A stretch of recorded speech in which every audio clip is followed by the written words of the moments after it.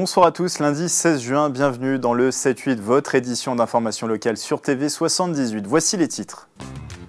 Environ 73 000 candidats sont inscrits cette année au baccalauréat dans l'Académie de Versailles, parmi lesquels plus de 57 000 lycéens, rien que dans les filières générales et technologiques. Les lycéens de terminale planchaient ce matin sur la tant redoutée épreuve de philosophie. Comment cette journée s'est-elle déroulée? Nous sommes allés poser la question. Le 55e Salon du Bourget s'est ouvert ce matin, c'est jusqu'à dimanche. Cette année, plus de 2400 exposants venus de 48 pays sont présents à l'événement de l'aéronautique et de l'espace, et notamment des entreprises basées dans les Yvelines. Nous serons sur place dans cette édition. Et puis c'est une habitude au retour des beaux jours à Saint-Rémy-les-Chevreuses. Depuis plus de 25 ans, la commune accueille un marché des potiers. Une trentaine d'artisans étaient de la partie pour l'édition de cette année qui s'est tenue samedi. Retour à la fin de ce 7-8.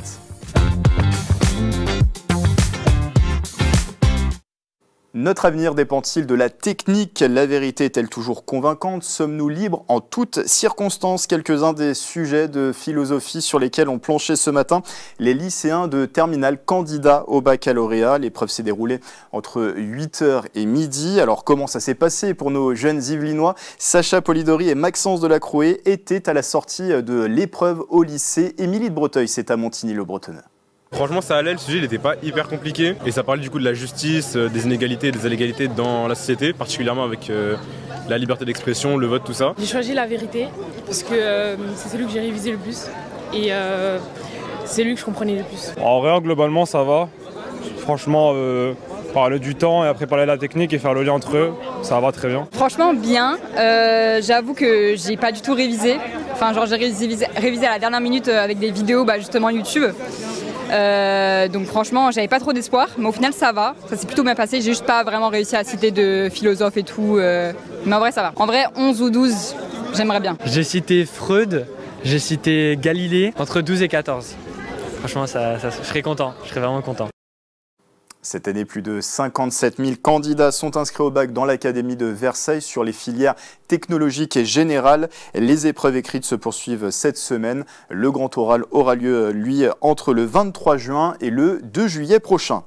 C'est le plus grand rendez-vous de l'aéronautique et de l'aérospatiale au monde. Le Salon du Bourget a ouvert ses portes aujourd'hui pour les professionnels. Le grand public sera accueilli à partir de vendredi. 300 000 visiteurs sont attendus pour cette 55e édition.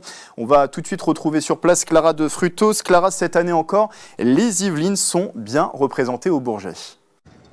Oui, elles sont bien représentées car il faut savoir que le département occupe une place importante dans le secteur aéronautique et spatial. On y retrouve des grands groupes comme Thales, Safran ou encore Ariane Group, des startups, des PME, mais aussi des laboratoires de recherche comme le Latmos ou encore des écoles comme l'Estaca. L'autre donnée importante à connaître, c'est que les Yvelines et le département avoir le plus grand nombre de salariés dédiés à la filiale aéronautique et spatiale en Île-de-France. À ce jour, près de 20 000 salariés travaillent pour ce secteur dans le département. Donc vous l'aurez compris, les établissements yvelinois se devaient d'être présents aujourd'hui car ici, tous les 2 ans, les entreprises du monde entier se rencontrent pour faire des affaires mais aussi pour présenter leurs dernières innovations technologiques. Par exemple, chez Thales, on peut y retrouver un cockpit complètement optimisé qui va notamment permettre de réduire l'empreinte carbone que va générer un vol. Justement à ce propos, écoutez Olivier Ballard, responsable des lignes de produits connectivité. C'est une innovation qui est un système. On a intégré sur un cockpit toutes nos dernières innovations de ces dernières années. Ça veut dire quoi? Ça veut dire qu'on a mis en place des scénarios qui vont permettre d'optimiser le vol, aussi bien pour réduire les parcs climatiques que pour optimiser les opérations.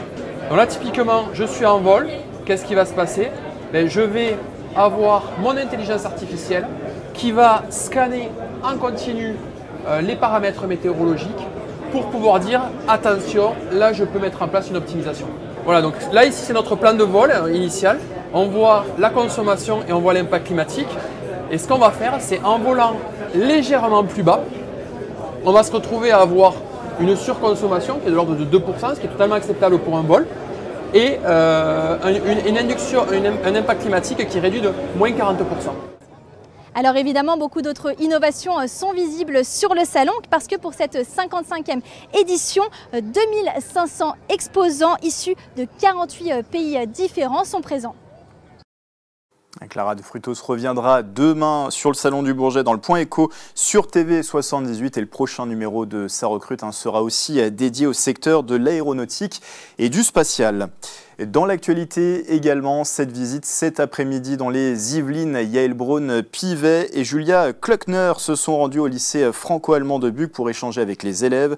La présidente de l'Assemblée nationale et celle du Bundestag, le Parlement allemand, ont conclu ainsi une journée d'action conjointe. Elle a été menée dans le cadre de la collaboration parlementaire franco-allemande.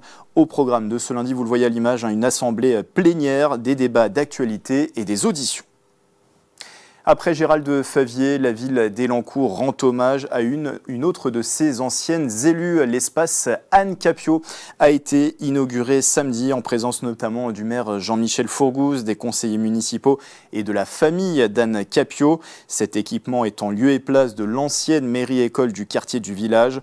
Anne Capio a été maire adjointe de la commune à l'éducation pendant 16 ans, également ex-conseillère départementale et communautaire. Elle est décédée en février 2024 à l'âge de 64 ans.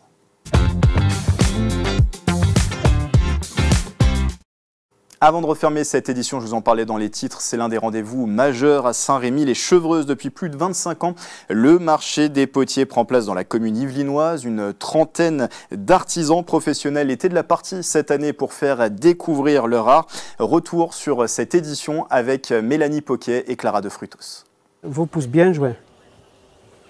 Vous les mettez là et vous descendez, vous faites... La céramique, l'art de la transmission. Delphine profite du marché des potiers de Saint-Rémy-les-Chevreuses. Au conseil, Jacques Trouis, tourneur depuis 40 ans. Peut-être bien un projet, oui, effectivement, de formation avec Jacques, du coup, Jacques Trouis. Donc, espérons que ça se monte et que ça se réalise. Ça serait vraiment super. Ils étaient 31 professionnels rassemblés ce week-end. Organisé depuis une douzaine d'années par l'association Tout Terre, ce marché rassemble des artisans de toute la France. Saint-Rémy, historiquement, soutient toute la création et tout l'artisanat d'art. Et j'en veux pour preuve qu'à Saint-Rémy, nous avons la Fondation de Coubertin, qui sont des artisans d'art reconnus mondialement. Nous avons des sculptrices, une fondation avec une sculptrice reconnue à l'international également, Martha Pan. Les potiers, ils ont besoin de vendre et pour vivre, il faut qu'ils sortent de leurs ateliers.